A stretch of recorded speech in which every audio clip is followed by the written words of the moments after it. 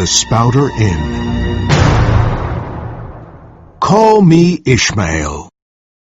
Some years ago I set out to sea, having little money and nothing particularly interesting to do on shore. I thought I would sail around the world. Whenever I feel like a cold, wet November morning, and I start following funerals, then I know it's time to go back to the wide open sea. It always makes me feel better, because the sea is magic. It has always been magic. It is an endless source of life and mystery. When I go to sea, I always go as a simple sailor and never as a passenger.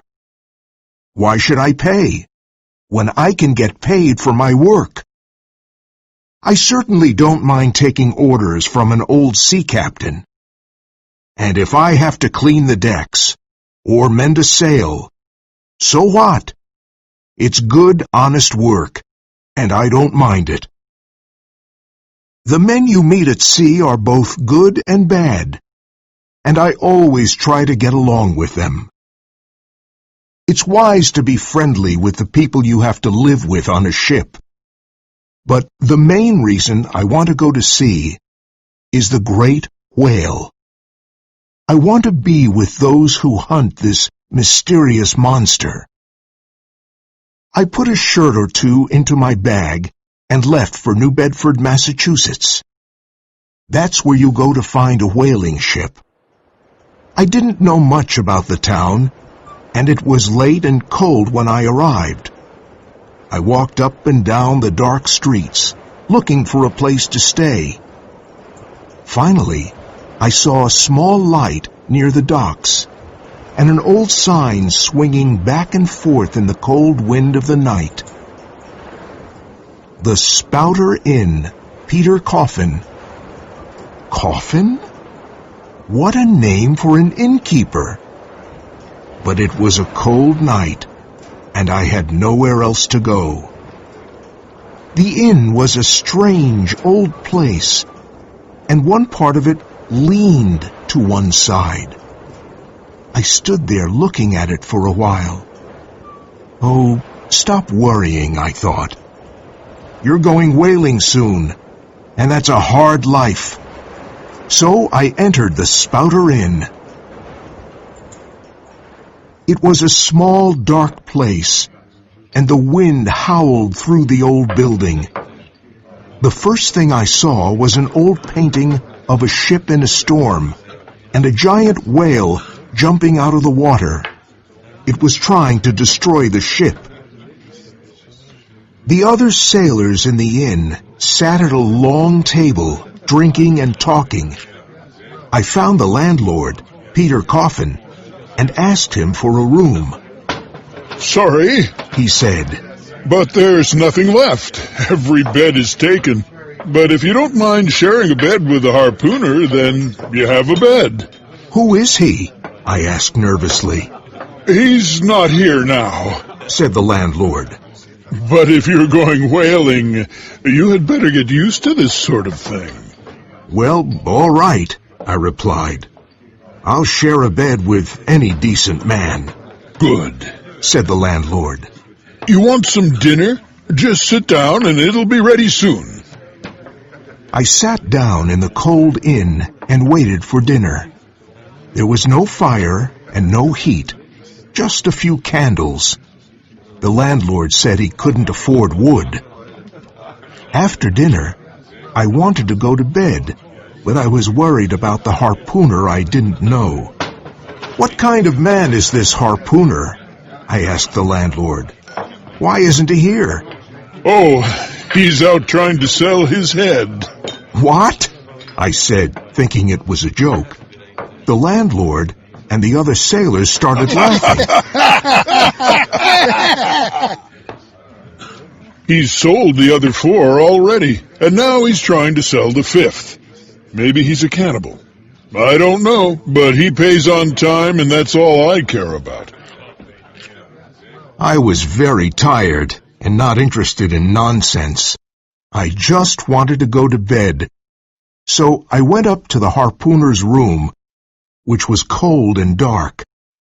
The man's things were all over the room. A huge harpoon, an old sailor's bag, and fish hooks. Who was this man? I got into bed and tried to sleep, but the mattress was terribly uncomfortable. I soon heard the door open and saw a huge man with a candle in one hand and a human head in the other. So this was the harpooner. The light of the candle lit up his face, and I was very surprised. I suddenly felt cold. I had never seen anyone like him before. His skin was a purplish yellow, and his face and body were covered with strange tattoos. There was no hair on his head, except for a single lock of black hair. I'm not a coward, but I immediately thought of running out the door or jumping out the window.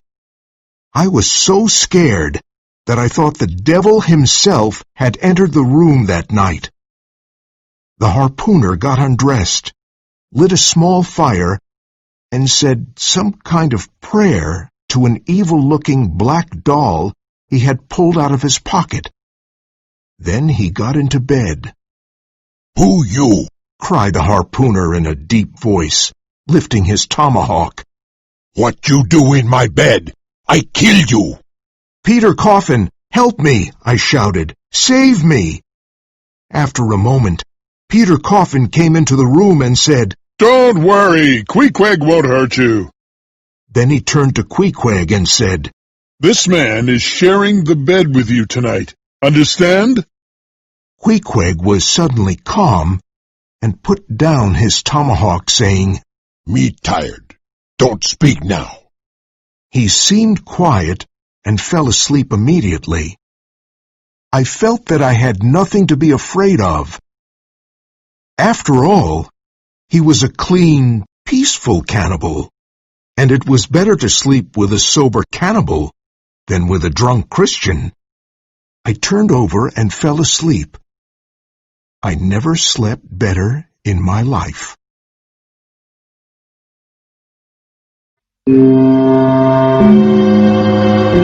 Chapter 2. The Pequod. Bright sunlight entered the room the next morning, and I could hear the sound of carriages and people outside. Queequeg was shaving with the head of his harpoon. I thought this was very strange, but later I learned that harpoons were very sharp. Queequeg did not say much, but he was gentle and polite, and we soon felt like old friends. We went down to breakfast together and saw many other whalers having breakfast. I had some bread and butter with a cup of hot coffee, but Queequeg only ate beefsteaks, and plenty of them. After breakfast, I wanted to go to church. I didn't think Queequeg was interested in going to church, but to my surprise, when I got to the chapel, Queequeg was there. Almost every sailor visits the whaleman's chapel before sailing. As we waited for the Reverend, I read some of the memorials to sailors lost at sea. They all began with, "Sacred to the memory of..." I read one memorial that made me tremble. "Sacred to the memory of the late Captain Ezekiel Hardy, who was killed by a sperm whale off the coast of Japan, August 3rd, 1833. I wanted to hunt and kill whales, but I didn't want whales to hunt and kill me. Would I have the same fate as Captain Hardy?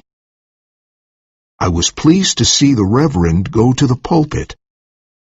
It was a strange pulpit because it was built like the bow of a ship, and the Reverend climbed up to it on a rope ladder. Father Mapple was the Reverend's name, and he was loved by all the whalers. He had been a whaler himself many years ago, when he was younger. Today, his sermon was about Jonah, who was swallowed by a whale.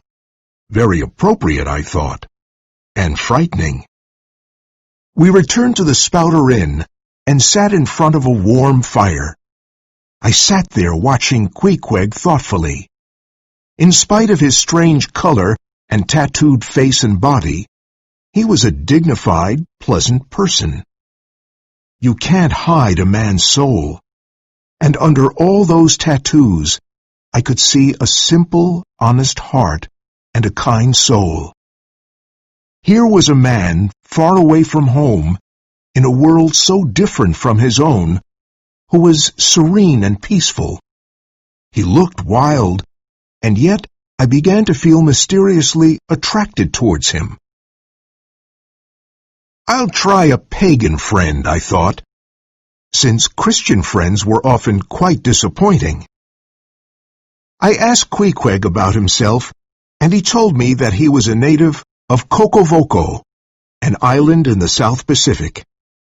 He was related to the royal family there, but he did not want to be a king one day.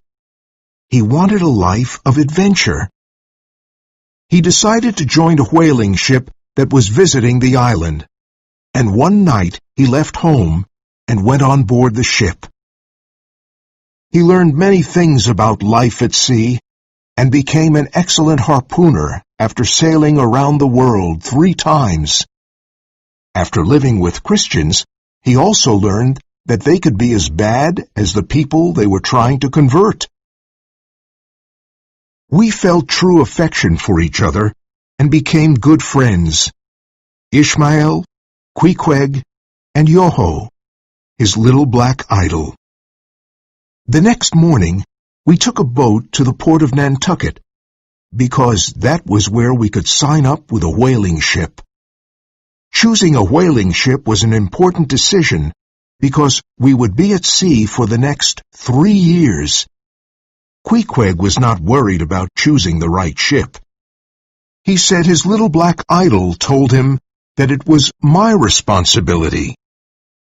At the port, there were 3 ships to choose from.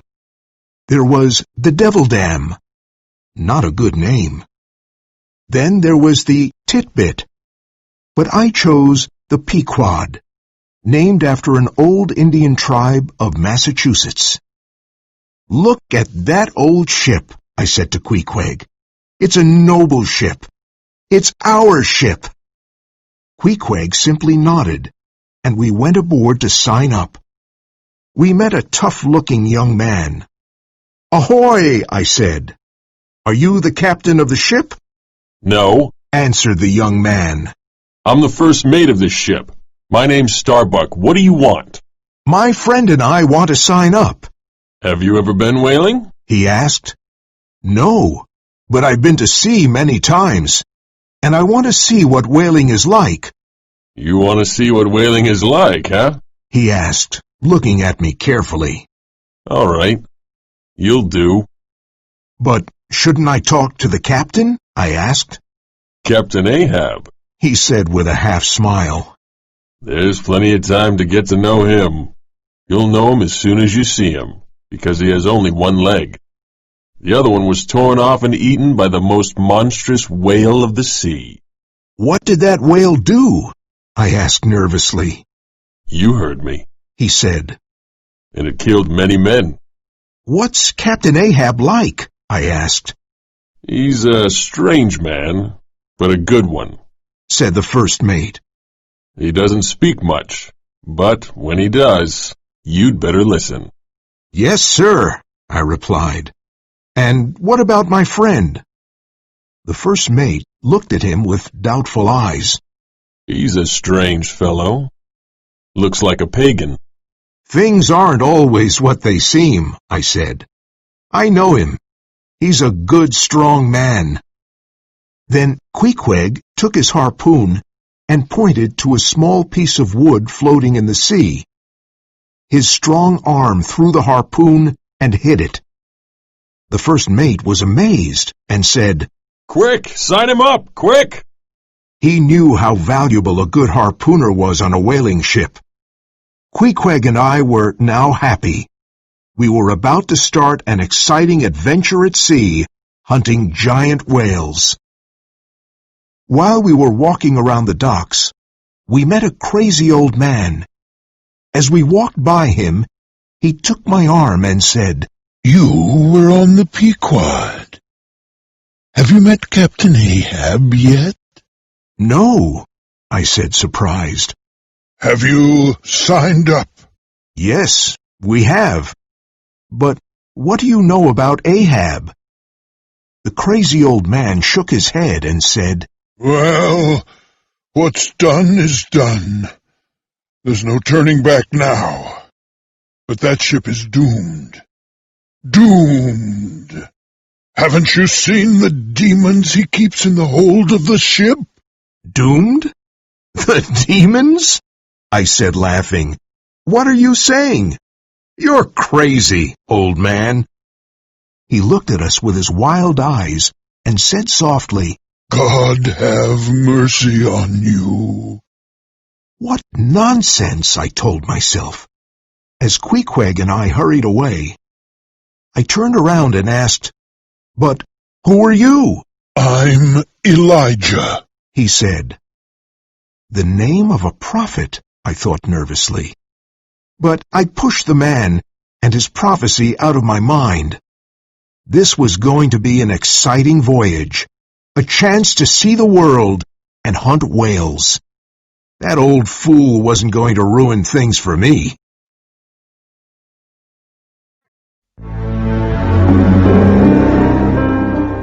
Chapter 3.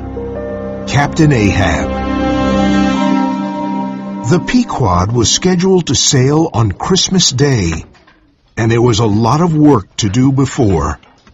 We were getting ready for a 3-year voyage. There were supplies to load, beef, bread, and water, sails to mend, and decks to clean. Ships like the Pequod were not owned by one rich man or by the captain. They were owned by whole towns, by old sailors, widows, reverends, shopkeepers, school teachers. Each person owned a small part of the ship. So when a ship like the Pequod went off to sea, the voyage had to be a success, because the livelihood of many people depended on it. During these days, Queequeg and I often visited the ship, and I always asked about Captain Ahab, but I never saw him.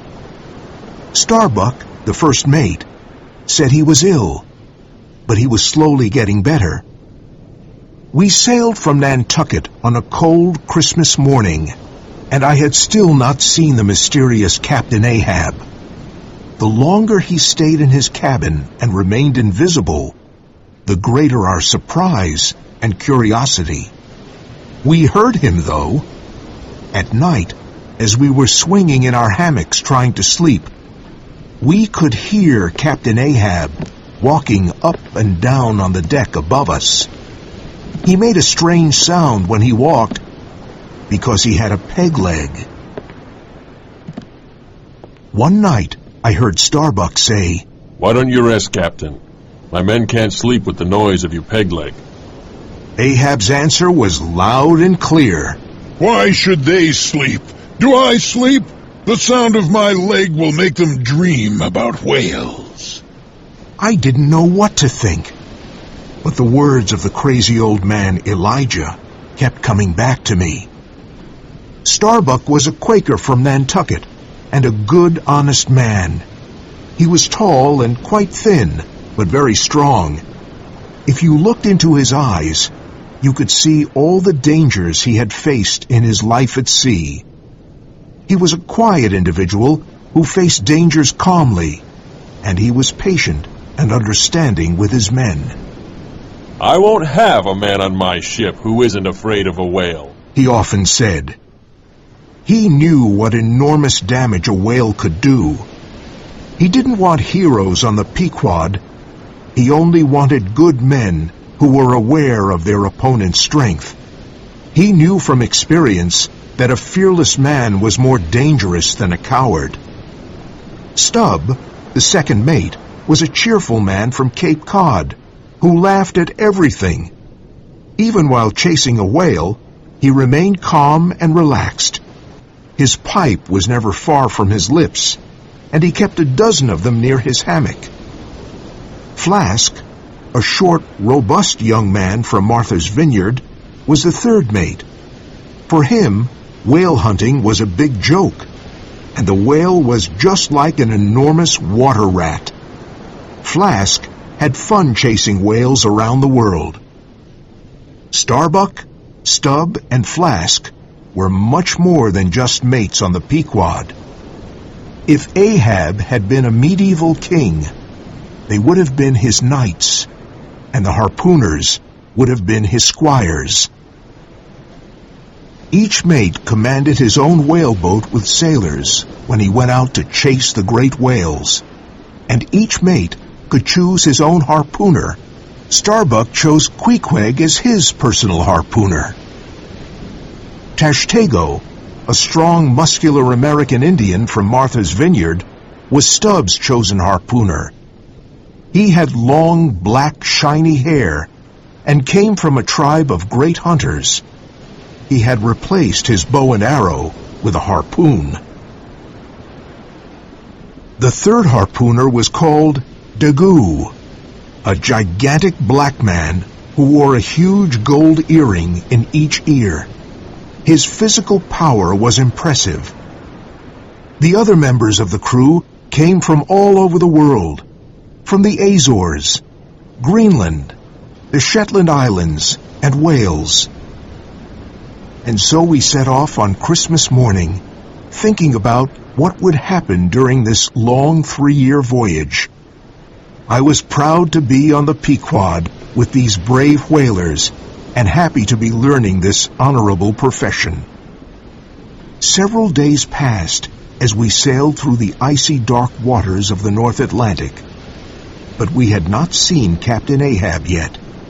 He remained in his cabin. Then one morning, I looked up at the deck, and there he was. Captain Ahab at last. His tall, strong body looked like it was made of bronze. He was all dressed in black, except for his white peg leg, a grim figure. His face, wrinkled after years of sun, wind, and seawater, was long and without expression. It was ruined, too, by a long scar that ran from his forehead down his cheek and neck and disappeared under his collar. Did the scar go all the way to his feet? There were rumors that the scar had been made during a battle at sea. I learned that the ship's carpenter had made the peg leg from the bone of a sperm whale. Ahab placed his peg leg in a special hole on the quarterdeck. This kept him balanced when the ship was in rough waters. In spite of his peg leg, Captain Ahab stood straight and looked ahead. His face showed immense pain. He spoke to no one, and no one spoke to him. After standing for a while on the deck, he went back to his cabin. As the weather got better, and the ice and icebergs were behind us, we saw more and more of our captain. When we started sailing in tropical waters, the hard, icy expression on his face seemed to melt.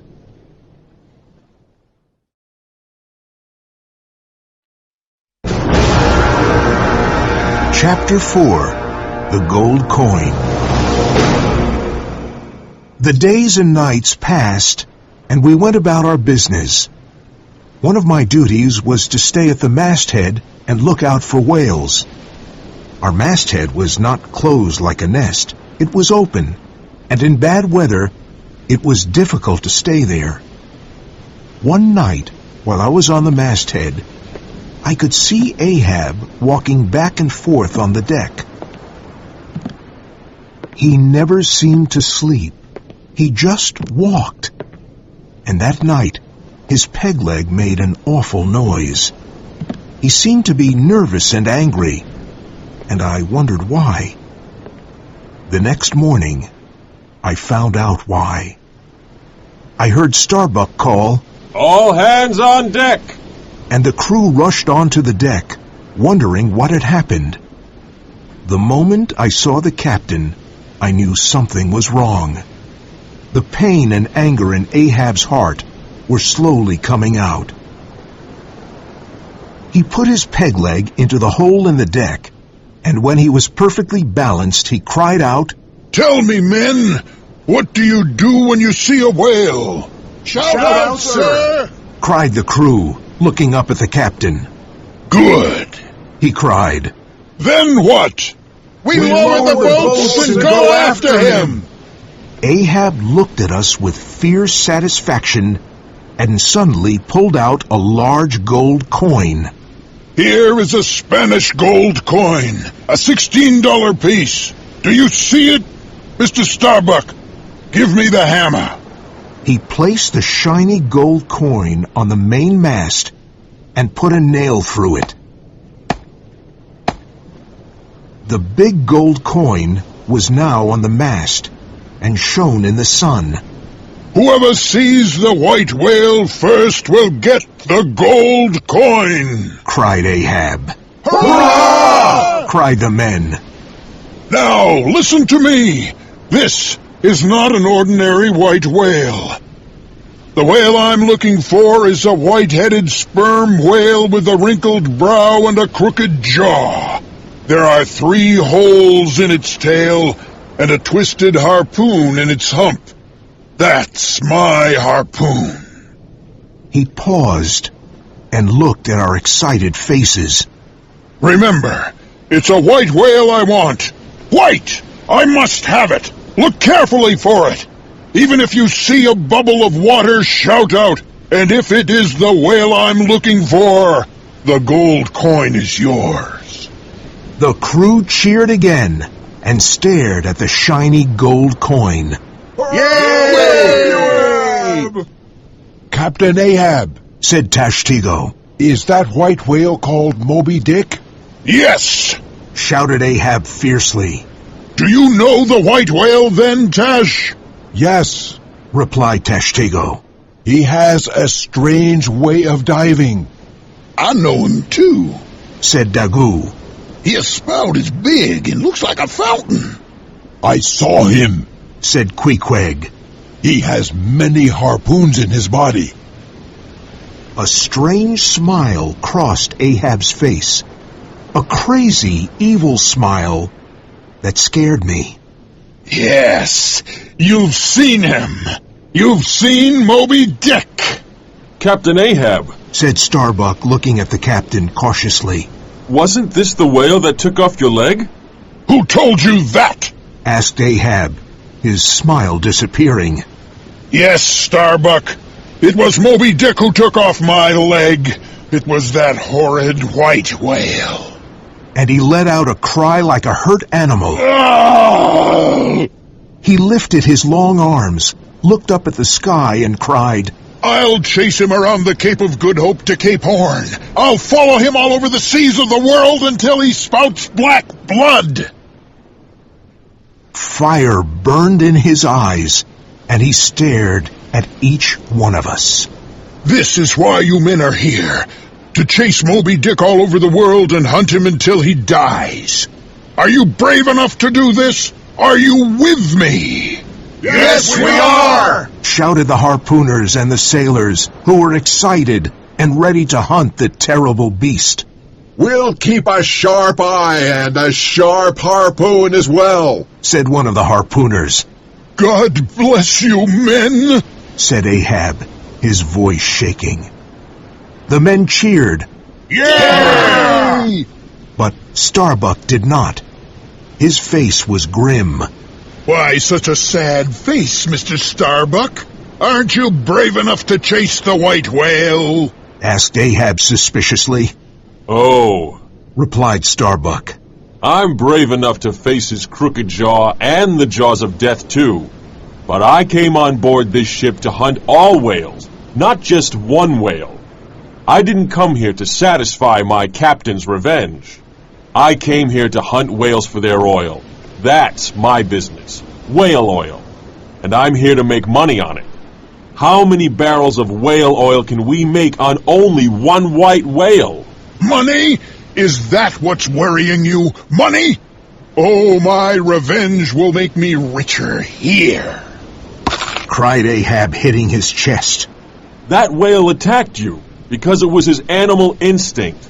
But you want him out of cruelty and revenge. That is madness, cried Starbuck. Madness! Roared Ahab. Listen to me, man. Moby Dick looks like a stupid animal, but he's not. He's evil, and that is what I hate. God help us, murmured Starbuck. Moby Dick is in my mind every moment of the day. He's in my dreams. His existence insults me. I'd strike the sun if it insulted me. White is the color of evil. Ghosts, skeletons, masks, they're all white. Moby Dick's white, and he's evil. I'm like a man in prison, and he's the wall that I have to destroy to be free. The two men stood face to face, and Ahab knew he was stronger. He stepped back slowly and said, God help us all. The men of the Pequod were excited and enthusiastic and felt that Ahab's mission was now their mission. Mates! Ahab cried out, Bring your harpoons to me and cross them. Starbuck, Stubb, and Flask brought their harpoons to cross them in front of Ahab. Now swear this. Death to Moby Dick. God hunt us all if we don't kill Moby Dick. Ahab then turned to the harpooners and said, Now, harpooners, use the heads of your harpoons as cups and drink to the death of Moby Dick. Before going to his cabin, Ahab turned back and said to all of us, Remember that you have all made a promise. I trembled at the thought of what had happened. Captain Ahab was madness itself, and we had sworn to his madness. I, Ishmael, was one of that crew, and my shouts had gone up with the rest. I had sworn too.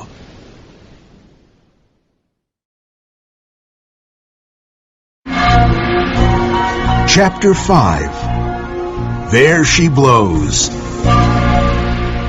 Ahab knew that as captain of the Pequod, he had another task, which was not his personal revenge. He had to bring back whale oil, because that was the purpose of the voyage. That meant we had to kill other whales, not only Moby Dick. We all kept our eyes open for any whale, and the days passed slowly and easily. Then one day, as I was helping Queequeg make a mat, I heard Tashtego, who was high up on the masthead of the ship, cry, There she blows! There! There! We all looked up, and in the distance we saw several sperm whales that were blowing as regularly as a clock. My first whale! This was the moment I was waiting for. Each member of the crew knew what he had to do, but there was still a lot of confusion and running around. My heart was beating hard and fast. I looked at the whales in the distance. Was one of them Moby Dick? But no, Moby Dick always swam alone. I was relieved, because I didn't want to meet him my first time out. It was almost time for the whale hunt that I had been waiting for. The harpoon boats were lowered into the sea, and this was the beginning of the adventure. But just as I was getting into my boat, I saw them. 5 extra whaling men appeared out of nowhere. I had never seen them before. Who were they? Where did they come from? They were not ghosts. but real men. They must have spent all of this time in the hold. Could they be the demons Elijah was talking about? Perhaps Elijah was right. These were Ahab's demons. If Elijah was right about the demons, then what else was he right about? 4 harpoon boats were lowered into the water instead of 3. Ahab and his crew of expert whale killers rowed far ahead of the other 3 boats. The rowers had great power in their arms, and they were very determined. I learned later that one of these men was a Persian called Fedallah, Ahab's personal harpooner. He was tall and dark, and wore an old black Chinese jacket, black trousers, and a white turban on his head. He was a mysterious figure. The other 4 looked like natives of the Philippines. Starbuck was the master of my boat, and he stood at the stern and shouted his orders. I suddenly felt afraid and confused away from the ship. I was at eye level with the sea, and there was fog and mist everywhere. This was the whale's world, and I was in it. Everything at that moment seemed impressive to me. How could these men possibly hunt and kill the biggest creature in the sea? The 3 boats moved forward, and Starbuck, Stubb, and Flask were telling their men to row faster and faster. I was rowing as fast as I could, but I noticed that there was a lot of competition between the boats and the mates. And, of course, the Filipinos were far ahead of us. The whales swam as fast as we rowed. They were like arrows shooting through the dark water. Would we ever reach them?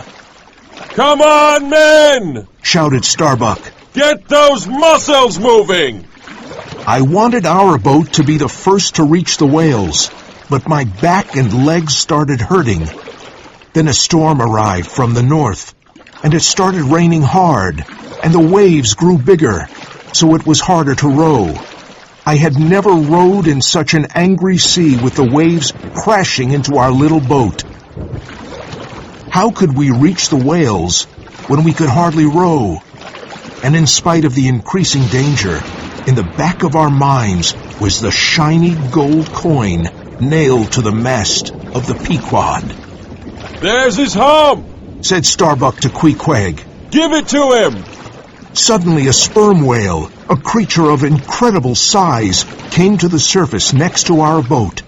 At the same time, the rain became much stronger, and we could hardly see anything. Queequeg bravely threw his harpoon at the whale, but his hand was wet with rain, and he missed it. So the great creature we had tried to kill escaped back down into the deep, dark waters. Suddenly, our oars flew away, and we were lifted and then thrown back into the wild waves of the sea. Miraculously, our boat did not break, but it was full of water. The cold water left us confused, and we couldn't speak. The world around us had become a curtain of white fog. Where was the Pequod, and how could we get there, since we were surrounded by thick white fog? The wind blew loudly, and the storm got worse. We sat trembling in the boat, half filled with water. Suddenly Queequeg jumped to his feet and put his hand to his ear. Then we all heard the Pequod approaching. It almost crushed our boat with us in it. We jumped out, and the Pequod sailed right over our boat. We then swam as hard as we could to reach the ship. I was the last man to be pulled onto the ship. I fell onto the deck and was happy to be alive. I saw Queequeg and said, "Does this sort of thing happen very often?" Yes. He answered without much emotion. "Did we lose any men?" I asked. No, said Starbuck. They're all safely on board. The other men were sitting on the deck exhausted, telling their own stories of how they had seen death in the face and how they had swum to safety. I soon realized that each time I went out, I was risking my life. The sea and the whales were powerful and unforgiving, and I was just a man. I decided I had better write my last will and testament. I went below deck with Queequeg, who was my witness, and wrote my will. He put his mark on the bottom of the page, and it became official.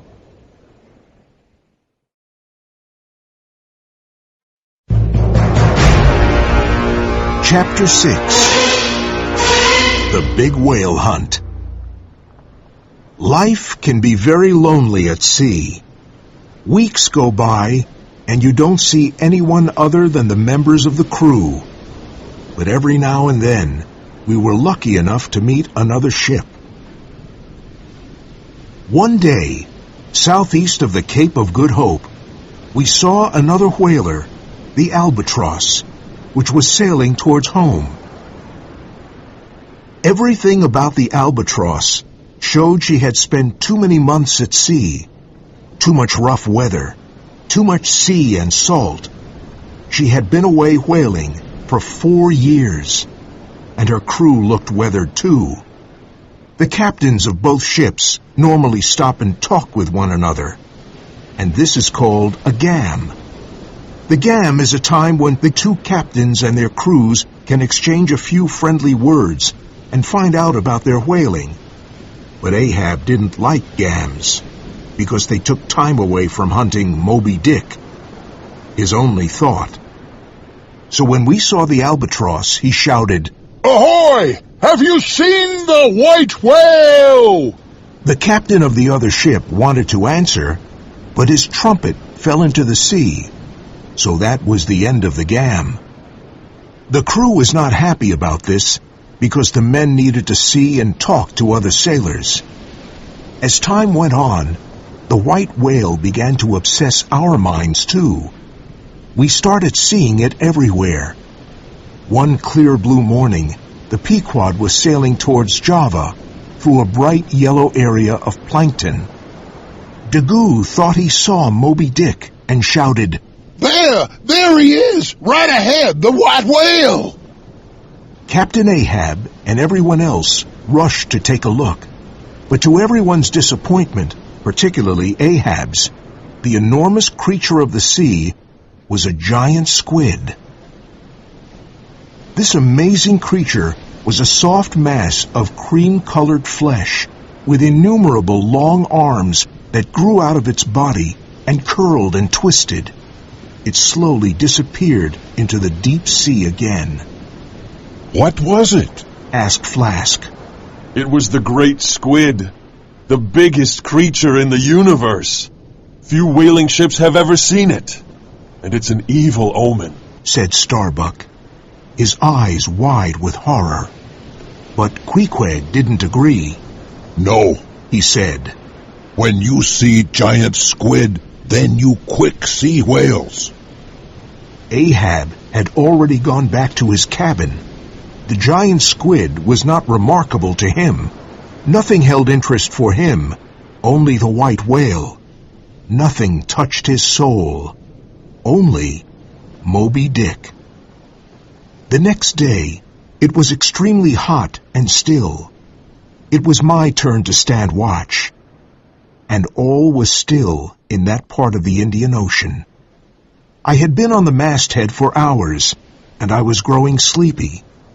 Suddenly, I saw a gigantic sperm whale, its shiny body rolling in the water like an overturned ship. It seemed to be as sleepy as I was.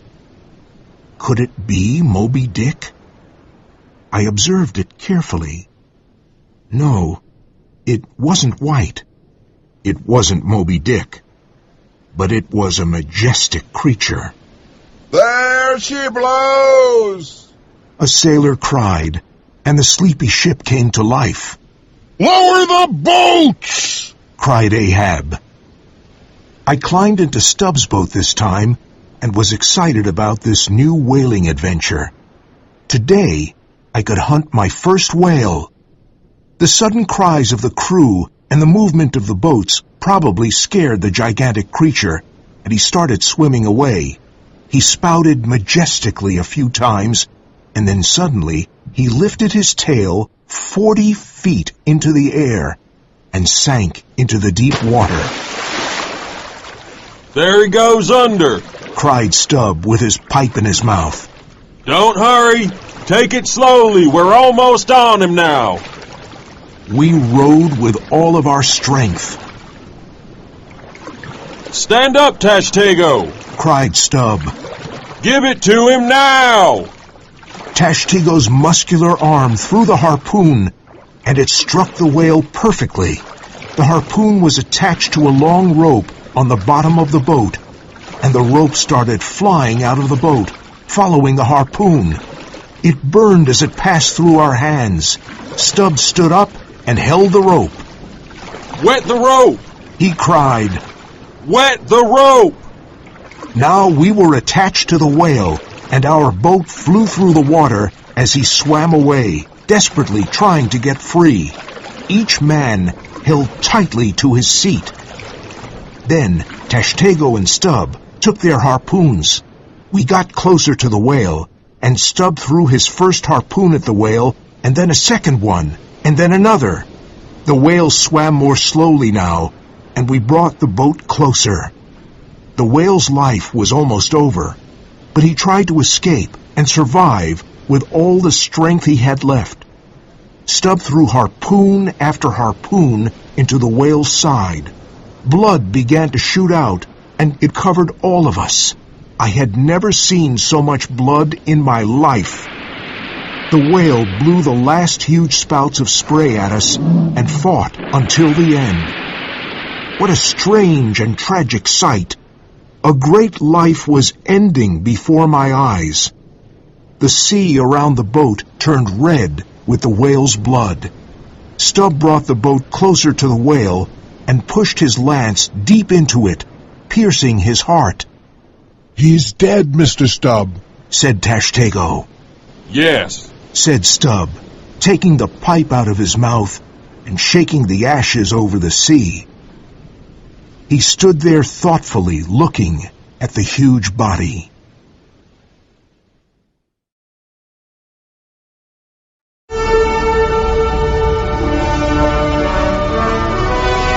Chapter 7.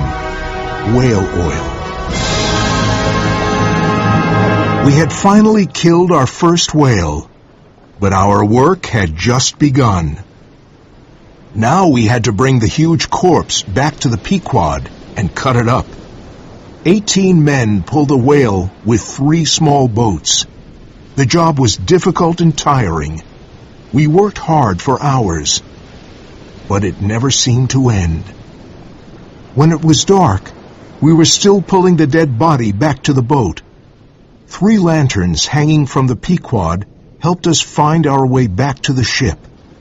As soon as we reached it, Ahab looked at the whale with disappointment, because it was not Moby Dick. Tie him up for the night, he ordered angrily, and went back to his cabin. Is that all he can say? Said Stubb.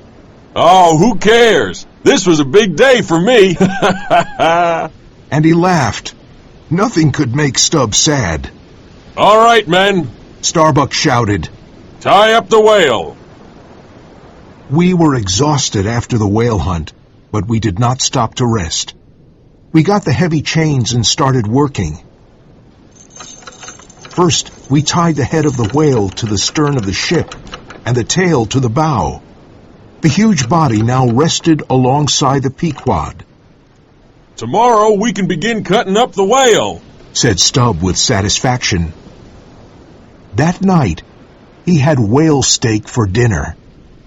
After Stubb's dinner, Queequeg and another sailor went on deck and saw that sharks were beginning to eat the dead body of the whale. They were tearing violently at the whale's flesh. Blood flowed freely from the corpse. Put lanterns up over whale, said Queequeg to me. Light up water and whale. I immediately hung 3 lanterns on the ship. Their warm yellow light shone on the dead whale and the Red Sea.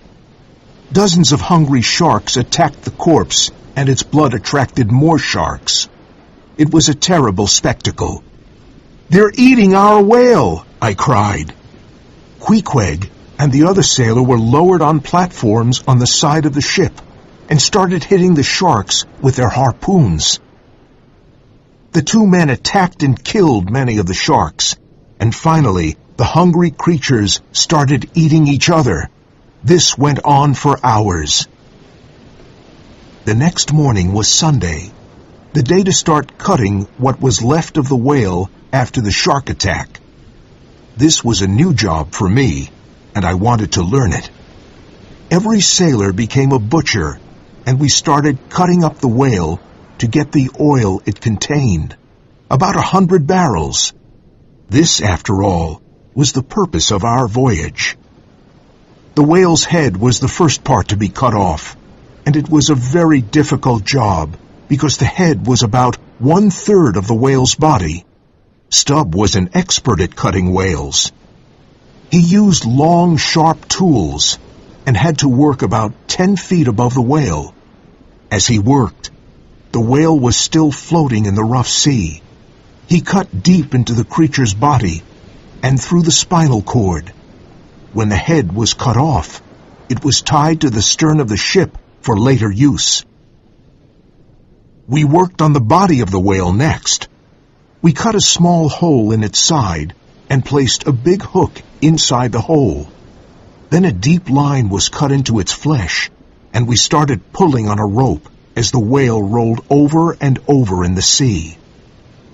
As the whale rolled, the blubber began to break away from its body. The blubber stuck to the body of the whale like orange rind sticks to an orange. And just like an orange rind, the blubber came off in big strips. As the blubber was peeled, the body was slowly lifted out of the water. In the end, there was just a bloody mass. A harpooner picked up a very sharp tool called a boarding sword and said, "Stay back," to all of us. Then he put his sword into the mass of blubber 3 times.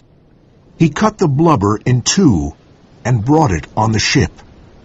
We melted it down to oil, putting the precious liquid into barrels to take home. Now we had to work on the head, an important part of the whale. Inside the head of the sperm whale, there are hundreds of gallons of spermaceti. If a whaler is not skilled, he can lose this precious substance. Tashtego tied a thick rope around his waist and then lowered himself into the head of the whale. He started looking for the place where the spermaceti was. Tashtego lowered a bucket inside the head. When he pulled it up, it was full of spermaceti. This work went on for many long hours. One of the whale's eyes stared at me. It was lifeless. How strange, I thought. Our eyes are set in front of our head, and we can see only one image, whatever is in front of us. The whale's eyes are set on both sides of its head, so that it can see 2 different images, one on each side of its head. But people see things only one way, their way. If we could see 2 images instead of one, then perhaps we could see 2 sides to everything. This was Ahab's great problem. His obsession came from the fact that he could only see Moby Dick in one way, as evil. Even though I hunted whales, and I had sworn to help Ahab hunt Moby Dick, I could not see whales in only one way. I could not see them as all bad. As I was thinking, Ahab came on deck and stood by me.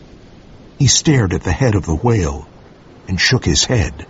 "Oh, head," he said. "You've been to the bottom of all the oceans. You've seen the deepest mysteries of life. Why can't you tell me about them? Why?" When we had finished working on the whale, we removed the big hooks and chains, and the enormous body floated away from the ship and out to sea.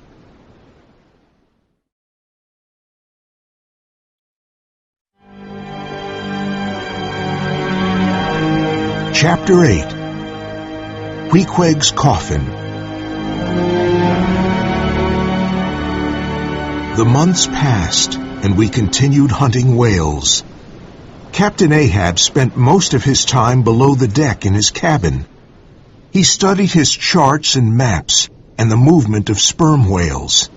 His obsession with Moby Dick filled his days and his nights. When Ahab came on deck, he walked noisily from bow to stern, and often stopped to stare at the sea. He looked more and more angry. The whales we had caught and the barrels of oil we had stored meant nothing to him. Ahab often stood in front of the mast where the gold coin was nailed. It was still shiny. It was made of pure gold, and we felt it was sacred. It was from South America. On it were images of palm trees, alpacas, volcanoes, stars, and suns. It had a Spanish poetic quality. On its round border, you could read the words, República del Ecuador, Quito. So this bright coin came from a country beneath the great equator, up in the Andes Mountains. For Ahab, the coin represented his determination to make the voyage a success. Starbuck, being a religious man, saw the Trinity in the coin. Stubb, instead, saw the signs of the zodiac in it, and the promise of a lot of money. When Flask looked at it, he thought about how many cigars he could buy. It was our good luck charm. It might help us find Moby Dick. One evening, while Ahab was looking at his maps, Starbuck came to his cabin. He was worried and said, "We have a serious problem, Captain. The barrels of oil are leaking. They're losing precious whale oil. We have to check all of the barrels." Let the barrels leak, I don't care, said Ahab. "You don't care?" cried Starbuck in despair. "What will the owners say, sir? When we return to Nantucket after this long voyage, the owners will want to see whale oil barrels full of whale oil. We don't have a choice. We have to check all of the barrels. That way we can see which barrels are leaking and mend them." Starbuck's face was bright red. It will take too long, Ahab cried angrily. We're approaching Japan soon, and my maps say we are sure to find Moby Dick in those waters. We're not stopping to fix some old barrels. We've traveled over 20,000 miles to find this oil. We can't lose it now, said Starbuck, trying to be calm. At this point, Ahab lost control and pulled a gun from the rack on the wall and pointed it at Starbuck. Ahab was furious and said, Remember, there is one God to rule over the earth, and there is one captain to rule over this ship, and I am the Lord and Master here. Now go! Starbuck stared bravely at his captain and said, I could tell you to beware of me, but you would laugh. But I'm telling you to beware of yourself. You are your greatest enemy. Starbuck turned around and started walking away. Ahab called out, You talk bravely, but I see you still obey me.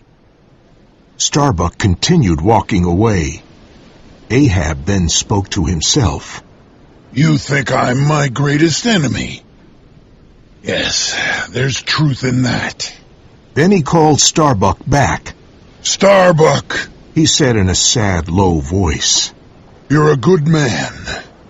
Tell the mates to empty the hold where the barrels are and find the leaks.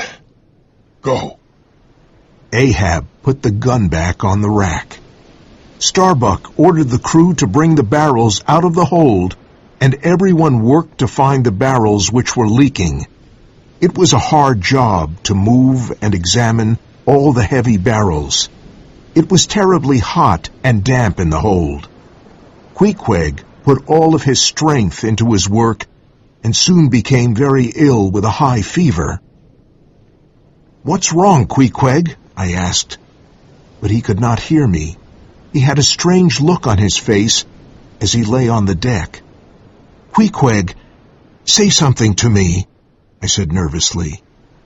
I felt his forehead, and it was burning and wet with sweat. I helped him to his feet, and another crew member and I took him to his hammock. He had never been ill before. "I'm going to get the ship's doctor," I said. No, said Queequeg with a weak voice. "Get Carpenter for me. "The carpenter? Are you crazy?" Get Carpenter." he repeated. "Please tell me why," I said. Queequeg explained that he had once seen coffins in Nantucket, and they reminded him of the funeral canoes of his people. He liked this idea because on his island, people were sent out to sea in a canoe when they died. When a sailor died at sea, his body was put inside his hammock and then thrown into the water, where he was usually eaten by sharks. Queequeg did not want this to happen to him. "Get Carpenter," he said again. "He make my canoe." I did not want my dear friend to die, but I did not want him to get upset. So I called the ship's carpenter, and he carefully took Queequeg's measurements and built him a coffin. When it was ready, Queequeg got inside because he wanted to try it out. Inside he had a paddle for his trip to the other world, and his little idol, Yoho. Then he asked for the steel head of his harpoon. He closed his eyes peacefully and lay still inside his new coffin. I knelt down beside him and felt terribly sad and lonely. I thought about our wonderful friendship. I did not want it to end like this. How could Queequeg possibly die? He was the strongest man on the Pequod. He had saved many men from death. Was this his time to die? A young sailor played the tambourine, and it sounded like Queequeg's funeral march. I have discovered that there is a big difference between primitive people and modern people. Modern people get sick, and sometimes it takes them many months to get well. But primitive people can easily get better in a day. Luckily, that is what happened to Queequeg. He suddenly got up from his coffin and climbed out. "Queequeg not dead," he said with a loud voice. "I remember something Queequeg not do. Queequeg die another day." He got better as quickly as he got sick, and we could not understand why. We asked him if dying depended on our will, and his answer was, "Certainly." We were very surprised and happy that he was well again. His coffin became a sea chest where he kept his clothes and his idol Yoho.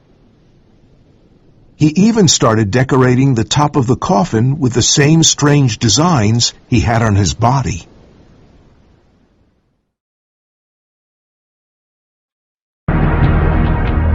Chapter 9. The Candles. Our long voyage continued, and we were able to hunt many whales and fill more barrels with precious whale oil. But there still was no sign of Moby Dick. Whenever the Pequod met another whaling ship, Ahab's question was always the same. "Have you seen the white whale?" But none of the whaling ships had seen Moby Dick. "East!" shouted Ahab. "We must sail east. He's there in the Japanese Sea." We sailed east to the middle of the Japanese Sea, and the wind started blowing hard, and the sea became rough. Black clouds appeared on the eastern horizon, and that night there was the worst storm I had ever seen. The thunder and lightning never seemed to stop. The Pequod was in the middle of a terrible typhoon, and I didn't think we could survive. It rained violently, and the ship was thrown in every direction. The crew was on deck, trying to hold down the whaling boats. Then it was night, and the worst part of the typhoon hit us. The violent wind and rain tore the sails and broke the masts, and the towering waves flooded the deck.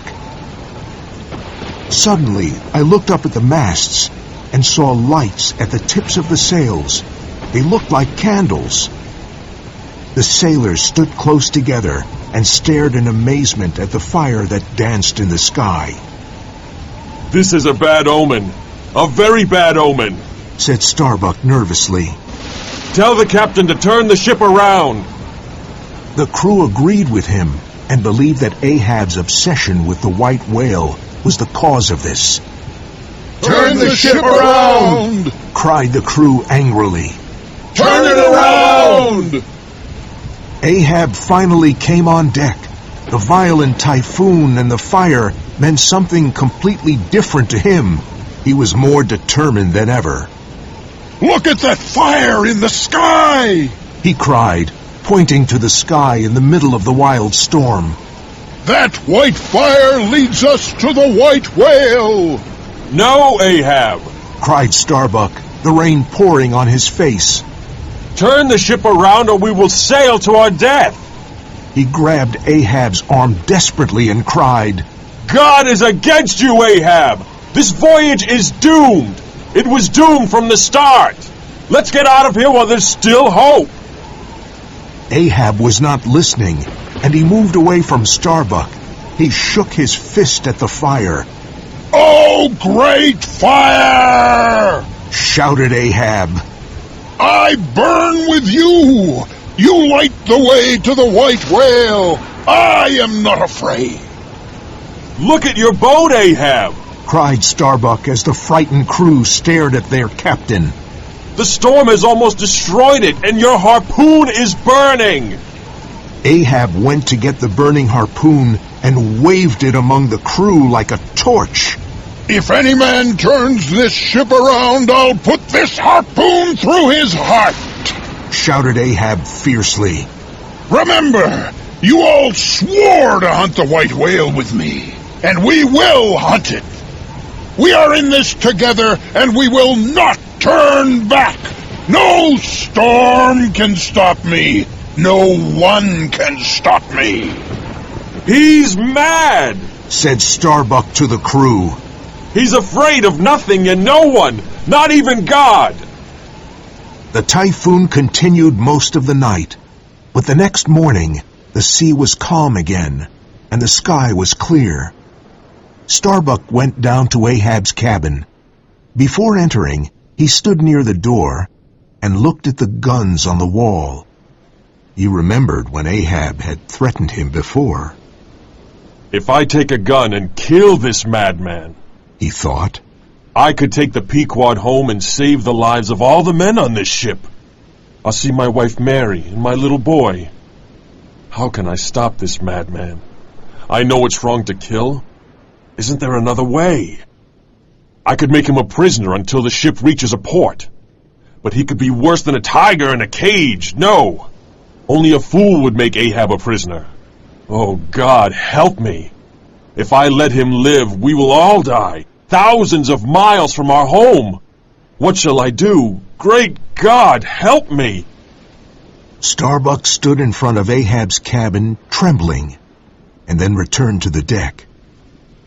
The violent typhoon had almost destroyed our ship, and we were lucky that we did not lose any men. We slowly cleaned the deck and repaired the masts and the sails. However, the Pequod was not the same ship. The typhoon had taken the life out of it. At times like these, I asked myself if old Elijah was right. Were we really doomed? All right, men, said Starbuck. Let's start sailing again. He was tired, but not discouraged. He knew we had a job to do, and he worked as hard as any member of the crew. One day, Starbuck called the crew. All hands on deck! What's the problem? Asked Stubb. There's a ship approaching! Replied Starbuck. Hurrah! Hurrah! Cheered the crew happily. We had not seen another ship in a long time, and we hoped to receive some news from home. We all ran to the deck. Ahab did not like these gams because they took time away from his hunt for Moby Dick. When the two ships were almost side by side, I could see the name of the visiting ship. She was the Rachel. Ahab asked the same thing every time there was a gam. Have you seen the white whale? He shouted. The captain of the Rachel shouted back. Yes, yesterday. Ahab was overjoyed. Then the captain asked, Have you seen a whaleboat? No, I haven't, shouted Ahab. In a minute, the captain of the Rachel came aboard the Pequod, and Ahab recognized him because both captains were from Nantucket. Where was he? Asked Ahab excitedly. You didn't kill him, did you? Tell me! No, replied Gardner, the captain of the Rachel. Ahab was relieved because he wanted the white whale all for himself. The captain of the Rachel then looked at Ahab with a strange expression. 3 of our fastest whaling boats went out to hunt him, but he escaped, and we lost some of our men. One of those men is my son. I must find him. You'll help me, won't you, Ahab? I'll pay for your time, anything you ask. But please, Ahab, join in the search. Help me find my son. Together, we can find him. Gardner's mouth trembled, and there were tears in his eyes. My son is lost with the other men on the boat. I know he's somewhere in these seas, and he's alone. I can almost hear him cry for help. Please, Ahab, help me find my lost son. Ahab stood as cold as stone. I would do the same for you if your son were lost. I won't go until you say yes, Gardner cried. So Ahab has a son and a wife, I thought. I could hardly believe that such a man had a family at home, waiting for his return. Captain Gardner, I won't do it. I have no time for such matters. The white whale is near, and I must hunt him. I'm sorry about your problem, but I can't help you. Gardner was very disappointed and returned to his ship. We could not believe what we had just heard. Ahab had lost all humanity. What had he become?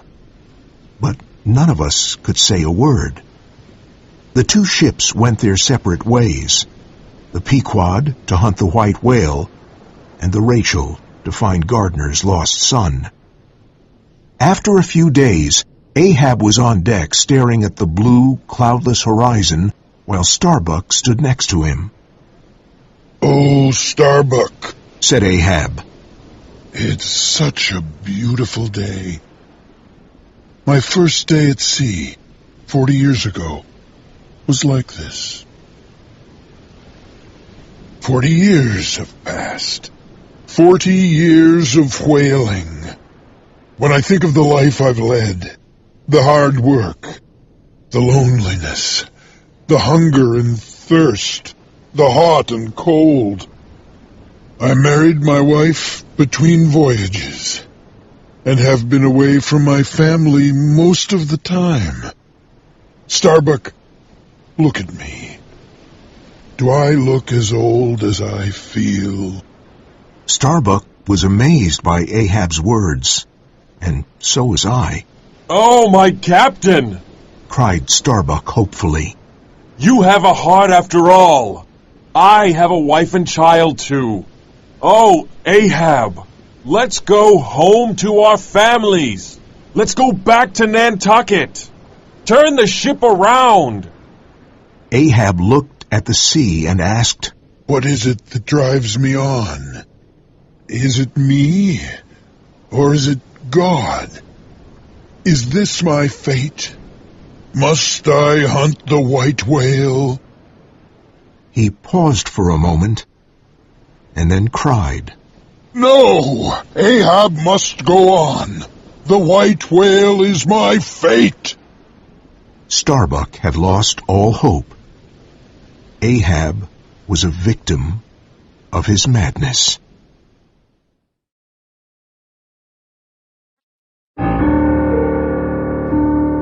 Chapter 10 Moby Dick.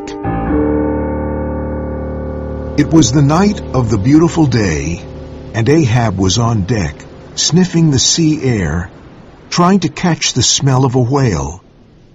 Suddenly, his eyes glowed like fire, and he cried, I'm going up to the masthead. I smell the white whale. The crew pulled him up in a kind of basket to the masthead, and then we heard a cry. There she blows! There she blows! A hump like a snowy hill! It's Moby Dick! The coin is mine! It was fate! None of you could see him, only I! Ahab had seen the white whale before anyone else, and the gold coin was his. But I saw him almost at the same instant that Captain Ahab did, and I cried out, said Tashtego. None of you saw it when I saw it! No! The gold coin is mine! Moby Dick is mine! Cried Ahab. Lower me quickly, Mr. Starbuck! Lower 3 boats! And lower mine too, Mr. Starbuck! I stared at the sea and couldn't believe what was happening. As the whale rose, we could all see every wrinkle on his huge white forehead, his crooked jaw, his mouth, and every twisted harpoon on his milk-white back. Ishmael, called Starbuck. help us lower the boats. We lowered the boats, and we were in the water for the biggest hunt of our lives. Ahab was in his boat with his personal harpooner, Fedallah, and his crew of Filipinos. A flock of seagulls flew over the white giant as he swam joyfully in the green-blue sea. Was this gentle giant the killer of so many men? Perhaps he sensed the approaching danger because he suddenly disappeared deep into the sea. He's sounded! Shouted Ahab excitedly. But he'll come back, and when he does, I'll be ready for him! We all waited. The sea looked like glass, and nothing moved. An hour passed, and there was still no sign of the white whale. We continued waiting, but nothing happened. Ahab leaned over his boat and stared into the depths of the sea, and I did the same. I was sure we had lost the white giant because I could see nothing but blackness. But Ahab saw something, a small white spot deep in the water. He continued staring at it, and the white spot grew bigger. A huge, frightening shape was coming up from the depth of the ocean. It rose directly under Ahab's boat. We saw the huge mouth coming out of the sea like an open tomb. Moby Dick suddenly broke the surface of the water, and Ahab's boat was thrown into the air. Ahab lost his harpoon, and he and his men were thrown from the boat. Moby Dick began swimming around the broken boat as if he were playing an evil game. Ahab was cursing his enemy with the worst possible language as his peg leg pulled him down underwater. Stubbs' boat reached Ahab in time, and he jumped in and rescued Ahab. He pulled his exhausted captain on board his boat. Our boat took on some of the other crew members, while the others swam back to the ship. On the second day, we continued hunting Moby Dick, day and night, never stopping. There she blows! Was Ahab's cry from the masthead. It was the white whale. The boats were lowered, and when the men were close to the white giant, they threw their harpoons into him with all their strength and anger. Moby Dick fought fiercely, moving about violently in the water and making the harpoon ropes cross. Before the ropes could be cut free, he attacked the boats of Stubb and Flask, which crashed together violently. The crews were thrown into the sea. Ahab's boat tried to rescue the men, but Moby Dick smashed his white head against the bottom of Ahab's boat. The boat turned over, and Ahab and his men struggled out from under it. The great white whale seemed satisfied with the destruction he had caused and swam off. The Pequod sent a boat to rescue the crew and pick up the bent harpoons and broken oars. Fedallah had disappeared, and many men were hurt. Ahab's peg leg was broken, and only one sharp piece was left. No bones broken, I hope, sir? Said Stubb, worried. Even with broken bones, old Ahab is ready to fight the whale. The captain cried. No white whale, no man, no devil can touch old Ahab. Get the other boats ready, Mr. Starbuck. I'll circle the world 10 times, yes, and in the end, I'll kill him. The sun set, and through the long hours of the night, everyone was working on the new boats and the new harpoons, while the ship's carpenter was making Ahab a new leg. The morning of the third day was beautiful and calm. Ahab was up in the masthead again, but there was no sign of Moby Dick.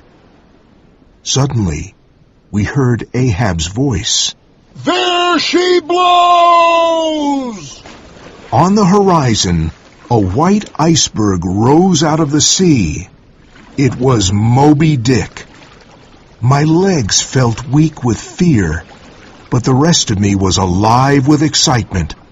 On Starbuck's face, there was nothing but fear of what would happen. I could see the whale moving about violently in the water.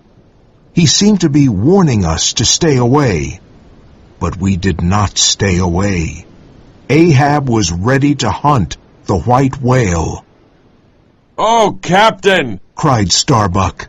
It's not too late to go back. Even now on the third day. Moby Dick doesn't want you. You want him. Lower the boat! Was Ahab's command. When his boat got close to the white whale, we saw a terrible sight. Fedallah's dead body tied to Moby Dick's side with the ropes of his own harpoon. When Ahab saw him, the harpoon dropped from his hand. Fedallah! He cried. I can see you again, and you have gone before me. Where's the whale? Has he gone down again? Moby Dick moved forward with all his strength. I will turn my body from the sun, Ahab shouted. I will give myself to you. You may destroy everything, but you will not conquer me. I will kill you with my hate. Ahab grabbed his harpoon and threw it into Moby Dick's white flesh with all his anger. But the rope that held the harpoon to the boat caught Ahab's neck.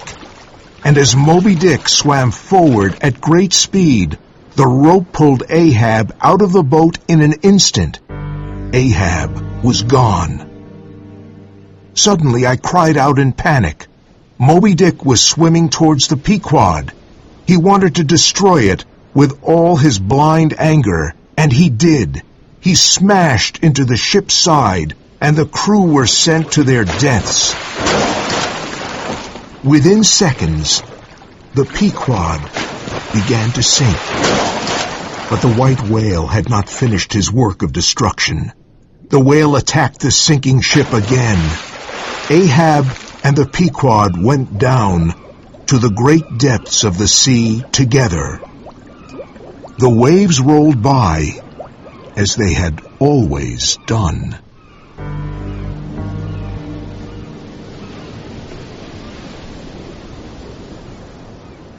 Epilogue. The drama's done. I, Ishmael, was the only person who survived the last voyage of the Pequod. After the ship had sunk, Queequeg's coffin came to the surface, and it floated. I swam to the coffin and held on to it for a day and a night. It saved my life. The sharks and the seabirds did not bother me. On the second day, I saw a ship sailing towards me. It was the Rachel, whose captain was looking for his lost son, and found me instead.